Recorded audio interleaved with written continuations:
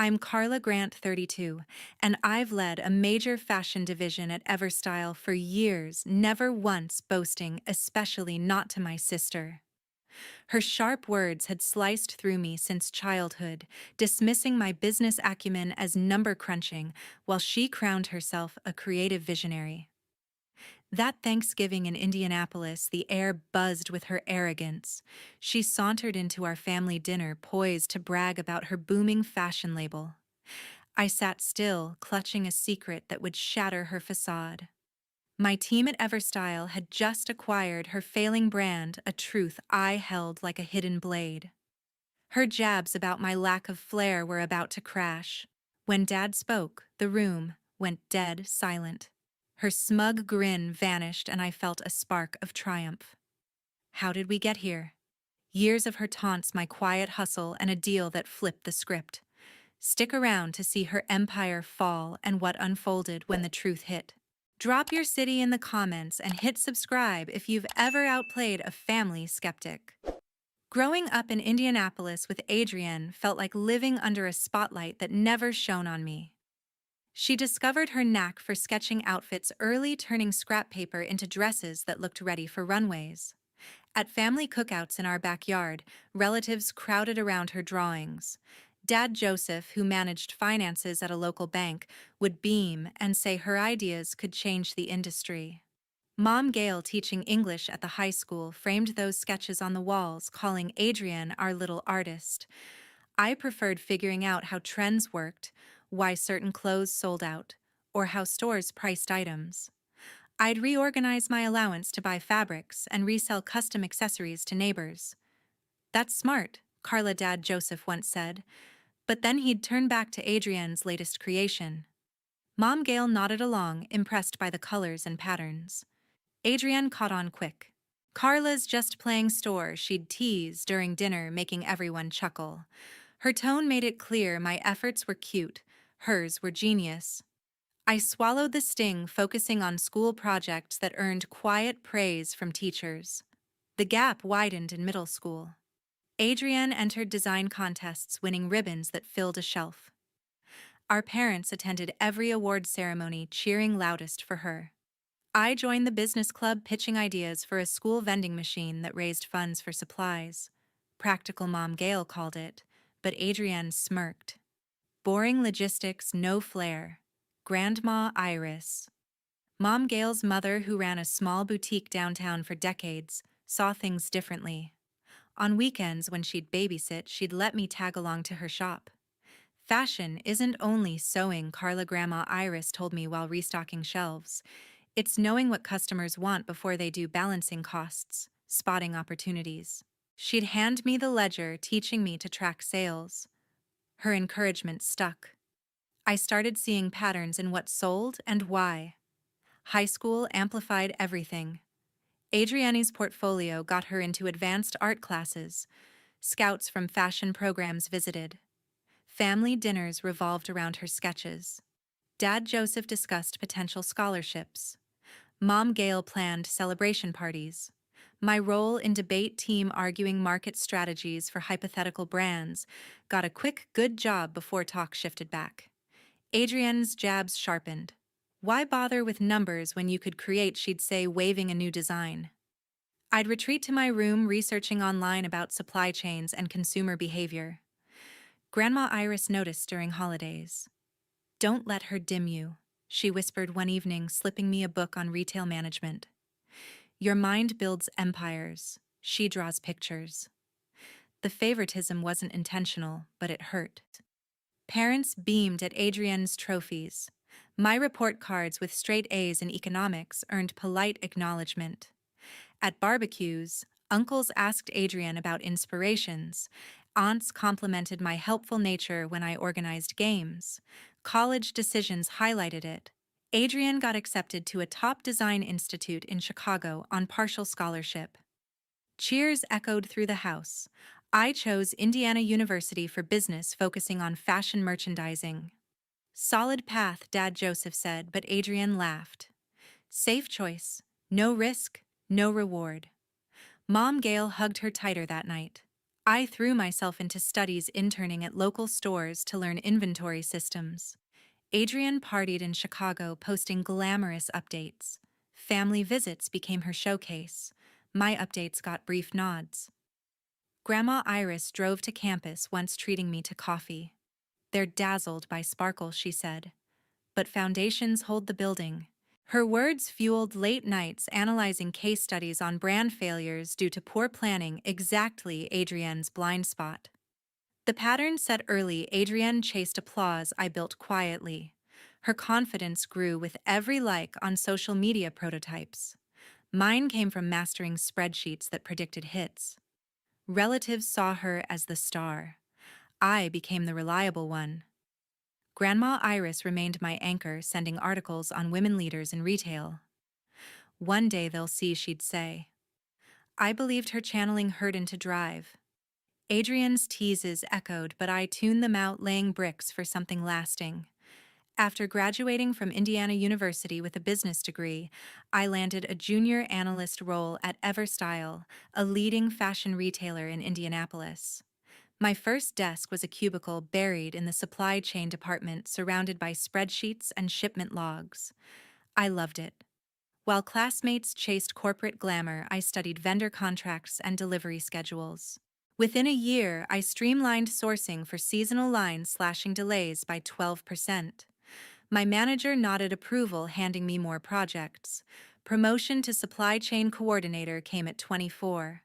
I negotiated with overseas manufacturers, securing cotton blends at lower rates without sacrificing quality. Revenue ticked up 5%. My team lead, Patricia Cole, a sharp veteran with 20 years in retail, pulled me aside. "You've got instincts, Carla. Keep pushing." Her words carried weight, unlike the family dinners where my sister's voice drowned mine. My sister kept up her digs. At a cousin's engagement party, she sipped wine and scoffed. "Still juggling invoices?" "That's cute, Carla." Guests chuckled. Dad asked her about runway trends. I smiled tightly, mentioning a supplier deal that saved $500,000. Nobody blinked. I turned back to my plate, resolve hardening. By 26, I was logistics manager, overseeing a team of 10. We revamped warehouse protocols, cutting shipping costs by 8%. Patricia praised my report at a board meeting, calling it game-changing. Everstyle's CEO scribbled a note. I framed it privately. "Family barbecues." My sister dominated, waving her phone. "Just signed a boutique deal," she bragged, then glanced at me. "Carla's probably organizing boxes." Mom changed the subject to her latest fabric haul. I enrolled in an evening MBA program specializing in strategic management. Nights blurred into case studies on market forecasting. My thesis on optimizing fashion supply chains earned a university award. Patricia sent flowers. My parents didn't know. At a holiday gathering, my sister smirked over turkey. Grad school. For what more paperwork? Dad laughed, asking her about a magazine feature. I sipped coffee, mentally reviewing my next project. At 28, I pitched a digital inventory system to Everstyle's executives. It tracked trends in real time, boosting stock efficiency by 15%. The board approved a pilot. Sales soared. Patricia clapped me on the back. "You're rewriting how we move product." My bonus check bought a used car. I told no one at home. My sister's voice echoed at a family picnic. "Carla's job sounds so clerical." Aunt Diane nodded along. I excused myself to call Owen Pratt, my boyfriend, a high school teacher who listened. "You're killing it," he said. "They'll see." Director of Strategic Development came at 30. I led global expansion, opening stores in Chicago and Denver. My forecasts drove a 20% revenue jump. Colleagues toasted my promotion. Patricia called me indispensable. I bought a small condo, my first big win. Owen cooked dinner to celebrate, but at Mom's birthday dinner, my sister stole the spotlight. "My label's going national," she boasted, then turned to me. Still crunching numbers, I nodded, letting her bask. My team's next target was already in sight. The pattern held. My sister's taunts landed at every gathering, Christmas, 4th of July, random Sundays. Carla's buried in forms, she'd say, flipping her hair. Dad asked about her pop-up shops. Mom gushed over her sketches. I stayed quiet, channeling energy into work. Patricia noticed my focus.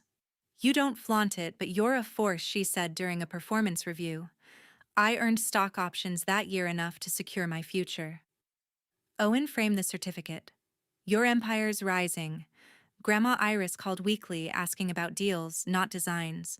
"You're the backbone," she said after I shared a supplier win. Her shop had closed, but her voice carried the same fire. "They'll eat their words." I laughed, but the sting of being overlooked lingered. Family saw my sister's glitter. I built the machine that kept fashion moving. At 32, I oversaw acquisitions.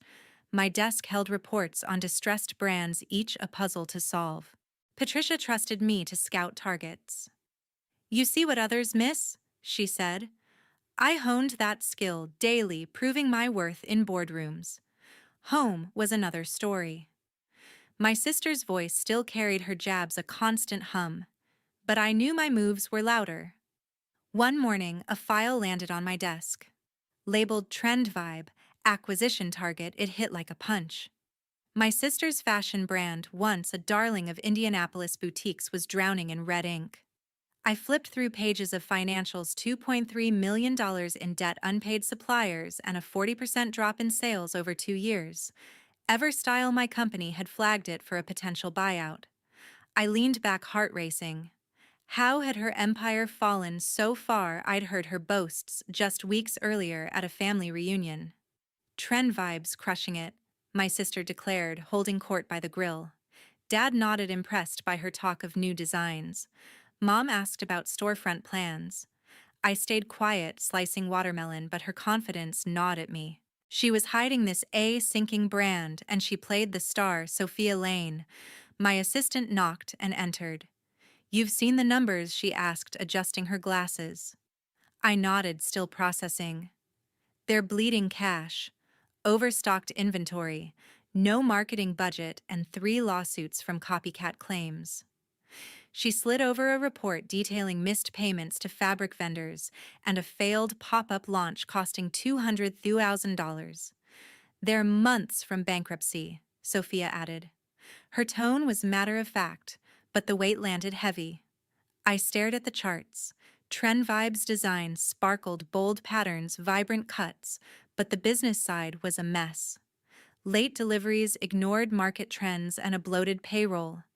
Everything my sister mocked as my boring expertise. I'd spent years mastering supply chains, forecasting demand. She'd dismissed it all, yet here was her brand crumbling without it. That night, I couldn't sleep. My sister's voice echoed from a recent Sunday dinner. "I'm pitching to investors next month," she'd bragged, tossing her hair. Mom clapped. Dad offered to proofread her deck. I'd sipped tea, wondering how she spun such lies. Now I knew. She was covering a disaster, parading success to our family, while her books screamed failure. Sophia called me into a meeting the next day.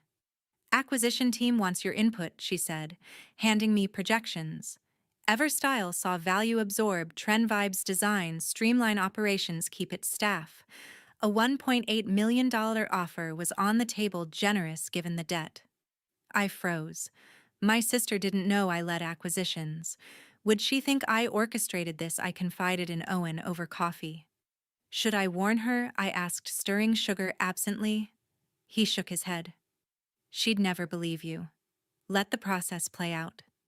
His calm steadied me, but doubt swirled. Helping her could tank my credibility at work. Staying silent felt like a betrayal, yet her years of taunts calling my work clerical stung fresh. Patricia stopped by my office. "Conflict of interest?" she asked, direct as always. I admitted the family tie. "My sister owns Trend Vibe." I didn't know it was this bad. She nodded. "You're too valuable to sit out, but recuse from direct talks. Advise only." I agreed, drafting memos on valuation risks. My input could shape the deal without bias, or so I hoped. Over the next week, my sister's facade continued. She called Mom during a family group chat raving about a major deal coming. Trend vibes about to scale, she claimed, voice bright. I muted my mic, staring at Sophia's latest update, creditors circling, two key retailers pulling out. How could she lie so boldly? I dug deeper into the file. Trend Vibe's social media glittered with curated posts, runway shots, influencer tags, but customer reviews told another story. Late orders, poor quality, one read. Returns piled up unprocessed. Sophia flagged a $500,000 marketing campaign that flopped, targeting the wrong demographic. My sister's vision was a house of cards. The moral tug of war grew. Alerting her could save her pride, but risk my job. Everstyle's offer was fair, her team would stay employed, her designs preserved. Yet I pictured her face, learning I'd known. Would she call it sabotage? I wrestled late nights, weighing loyalty against fairness. Owen listened patiently. You're not her keeper, he said. She built this mess. Patricia called for a final review. We move next month, she said. I nodded, heart heavy. My sister's boasts would soon crash against reality. I chose silence, letting the deal proceed. Her lies couldn't outrun the numbers. I knew I had to step back. After disclosing my sister's ownership of Trend Vibe, I handed direct negotiations to Patricia's acquisition team. My role shrank to advisory, reviewing memos suggesting efficiencies, nothing more. Keep it clean, Patricia warned, her voice firm but fair. I nodded, drafting a report on integrating Trend Vibe's designs. The numbers were stark. Everstyle's $1.8 million offer would save 30 jobs and clear $1.2 million in vendor debts. Fair, but my sister wouldn't see it that way. She had no clue I was involved.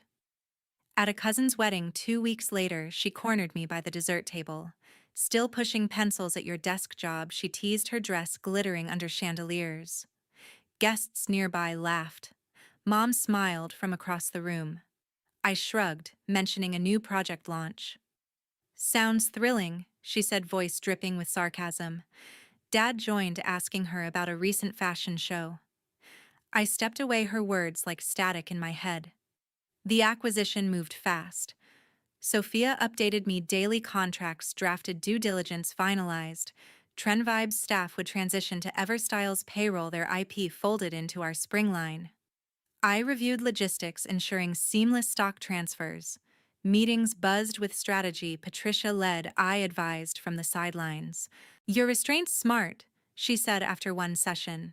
This stays professional. I agreed, but my stomach churned. What would happen when my sister learned the truth? Her taunts didn't stop. At a family barbecue, she waved her phone, showing off a glossy Trend Vibe ad. This is real impact, she said, glancing at me, not shuffling reports. Uncle Vernon nodded. Aunt Diane asked about her next collection. I grilled burgers, biting back a reply. Sophia's latest memo sat in my inbox. Trend Vibe's last retailer had pulled out. My sister's bravado was a ticking clock. Negotiations wrapped in 3 weeks. Everstyle's board approved the deal. My sister signed, spinning it as a strategic merger. Sophia showed me her press release, full of buzzwords, no mention of debt. She's clueless about your role, Sophia said, shaking her head. I stared at the signed contract. Trend Vibe was ours. My team would oversee its rebranding, but I felt no victory. Dread crept in, her reaction loomed like a storm. I confided in Owen over dinner. She'll hate me, I said, pushing pasta around my plate. He reached for my hand. You didn't sink her brand, she did. You're just doing your job. His words grounded me, but not enough. I pictured her face at the signing, all smug confidence. She thought she'd won big, not lost her company to mine. Family gatherings fueled my unease. During a Sunday call, my sister bragged about new partners for Trend Vibe. Big moves, she said, her voice loud through the speaker. Mom cheered. Dad asked about timelines. I stayed mute, my laptop open to acquisition terms. Everstyle would retain her as a consultant for 6 months, a generous clause I'd pushed for. Would she see it as pity? The deal closed quietly. Trendvibe's logo vanished from its website, replaced by Everstyle's branding. Sophia handed me the final report, all assets transferred, staff onboarded. Smooth execution, she said. I forced a smile, but tension coiled tighter. My sister's ignorance wouldn't last. Someone, maybe Dad, maybe a news article, would spill the truth. I tossed at night, replaying her jabs. "You don't have the skills," she'd said years ago, echoed in every smirk. Now her brand was mine, but the win felt hollow. What if she blamed me? I imagined her storming out, family divided. Owen listened as I paced. "You gave her a lifeline," he said. "That's more than she'd do." Still guilt gnawed. Had I stayed too silent, Patricia called me in before the weekend. "Integration starts Monday," she said. "You did well stepping back." I nodded, but my mind was elsewhere. My sister's next family appearance would be her last as Trendvibe's CEO. I braced for the fallout, heart heavy with what was coming. As Thanksgiving neared in Indianapolis, a knot tightened in my chest. The acquisition of Trendvibe was done, sealed in contracts my sister didn't know I'd touched. I pictured her striding into Mom's dining room, ready to sling another jab about my desk job. Her taunts had sharpened over the years, and with the truth about her company, now owned by Everstyle, I braced for a storm. Would she lash out when it came out? Would family take sides? I poured my fears out to Owen one evening, stirring soup in his small apartment. "She'll mock me again in front of everyone," I said, voice low. He set down his glass, eyes steady. "Stay calm, Carla. Don't tip your hand early.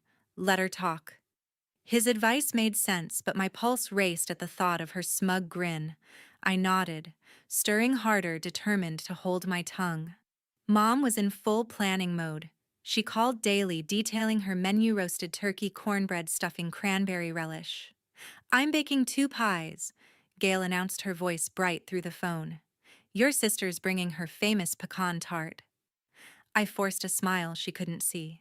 Of course my sister would play the star, her dessert a spotlight grab.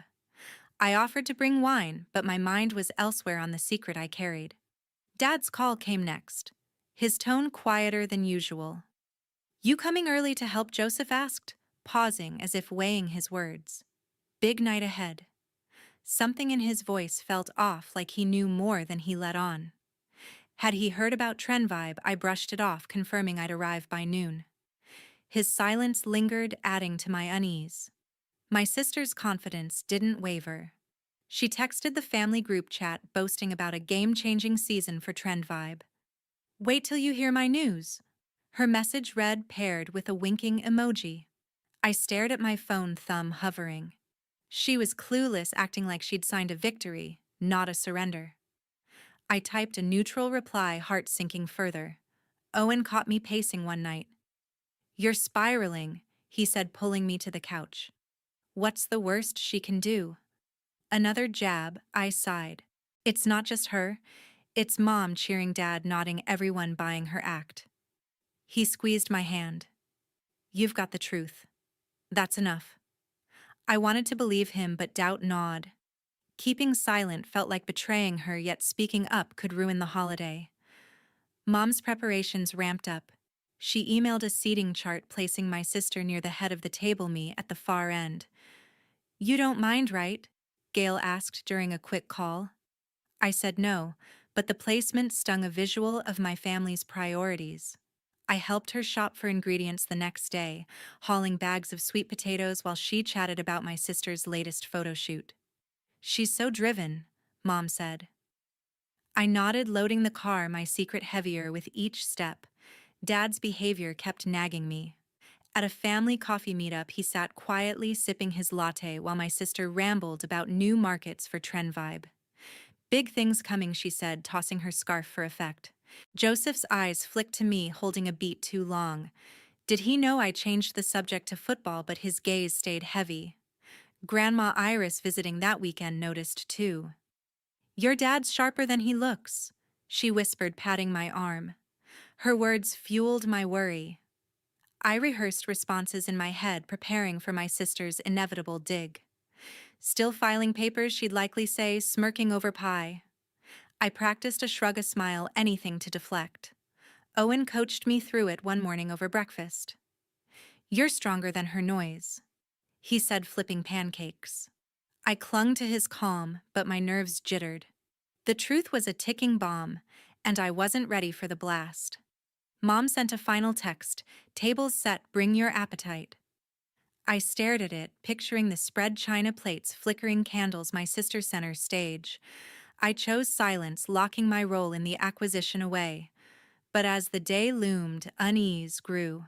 Dad's quiet demeanor, my sister's boasts, the family's blind admiration, all of it pressed against me. I wasn't sure I could stay composed.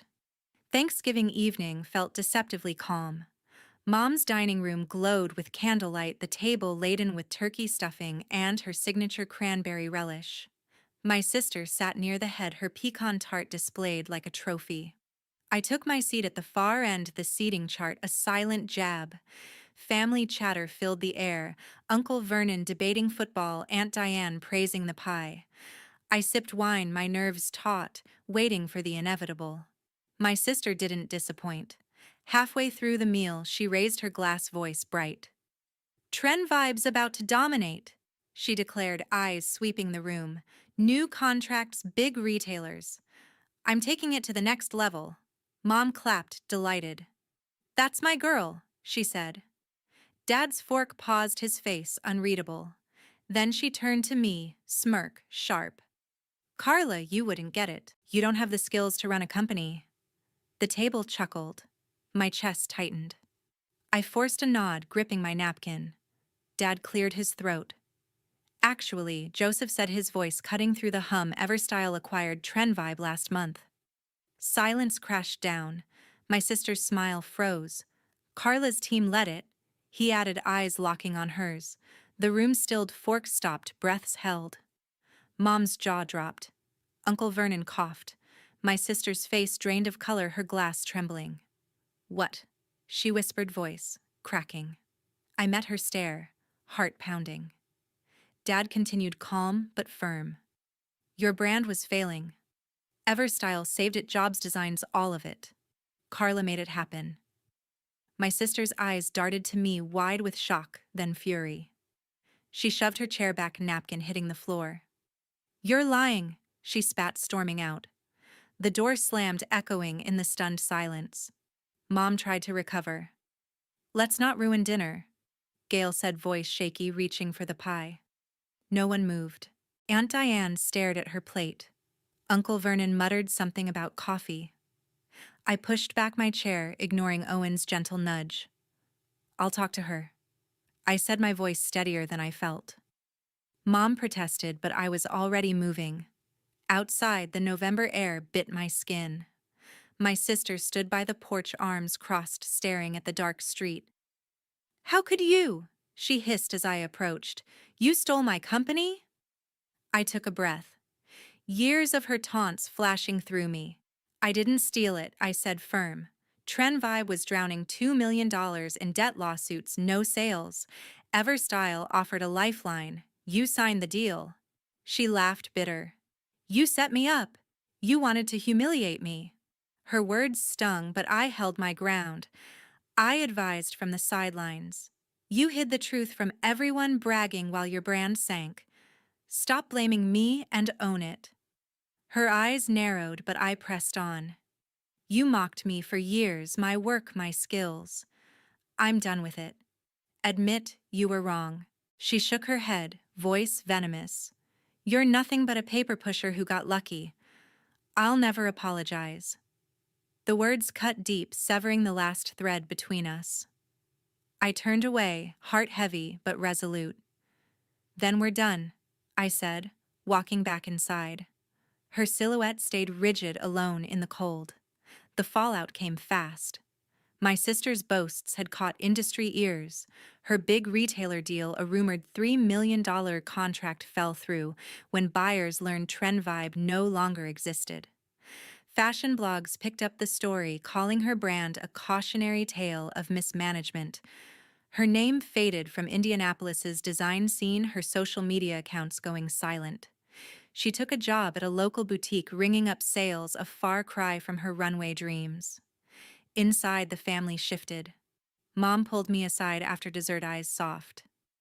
"I didn't see your strength, Carla," she said, hugging me tight. Dad nodded from across the room, pride in his gaze. Grandma Iris, sipping tea, whispered, "Told you they'd see." Even Uncle Vernon raised a glass to my sharp moves.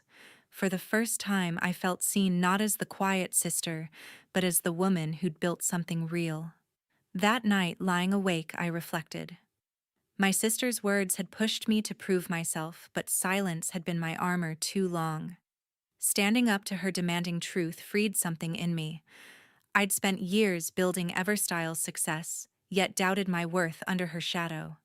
No more. I learned to stand tall, to value my work even when others couldn't see it. To everyone who's followed this story, thank you for listening. It's a reminder your worth isn't tied to others' approval. Stand up for what you've built even when it's hard.